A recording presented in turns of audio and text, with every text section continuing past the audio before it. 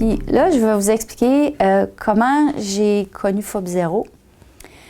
C'est une amie, comme je disais un petit peu plus tôt, qui m'a présenté dans un journal. Et puis, je suis allée dans ce qu'on appelle une rencontre. Marie-André était là dans un groupe. Mon premier groupe, c'était à Candiac. Fait que je suis allée là. Et puis, quand je suis arrivée là, j'étais pas certaine. J'étais toute petite. Moi, je me tenais en arrière dans la salle. Et puis, j'écoutais les gens, j'écoutais ce que ça disait, j'écoutais le témoignage de Marie-André qu'elle a amené. Puis ça m'a fait sentir tellement plus seule au monde. Je me disais, aïe, je suis pas une extraterrestre, là. Je suis pas folle. Je suis comme tout le monde, finalement, ou presque, bien, tous ceux qui sont ici dans la salle, pour comprendre que la phobie sociale, que je ne savais pas que c'était, les gens ont décortiqué un peu la peur de se présenter, la peur de ce que les gens vont dire, ce qu'ils vont penser et tout. Ça m'a amené à comprendre que j'étais pas toute seule à vivre ça, puis qu'il y avait moyen d'avoir des outils pour apprendre à vivre avec. Puis c'est toujours un stress de parler, même si ne serait-ce que devant une caméra, même si ça paraît pas trop, mais c'est là quand même. Mais je le fais. Et puis, ça m'a tellement apporté beaucoup, un bien fou, Phobie Zéro.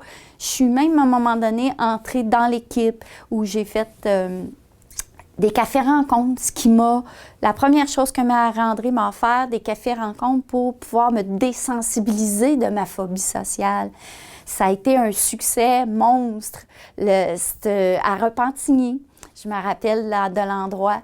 Et ça m'a emmené à me désensibiliser, puis à parler plus fort, comme présentement, maintenant, que c'est plus le fun, puis libre. Puis ça m'a aussi emmené à aller dans l'inconfort pour être maintenant confortable. J'ai appris des trucs avec Phobie Zéro, dont la prière de la sérénité qui est très forte, qui fait que je comprends mieux quand il y a quelque chose que je peux changer et quand quelque chose que je ne peux pas changer, donc laisser aller. Ce qui fait que moi, quand je comprends la différence des deux, c'est que je me sens mieux. J'ai plus à contrôler rien à ce moment-là, sauf ce que je peux améliorer moi-même pour être bien, être en contact avec moi, puis reprendre confiance en moi, avoir plus d'estime. Donc, Phobie Zéro m'a apporté énormément.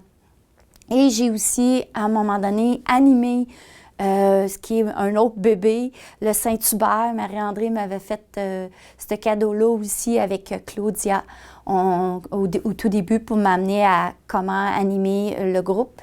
Et puis, bien, par la suite, Claudia est partie, puis là, j'animais le groupe toute seule à Saint-Hubert.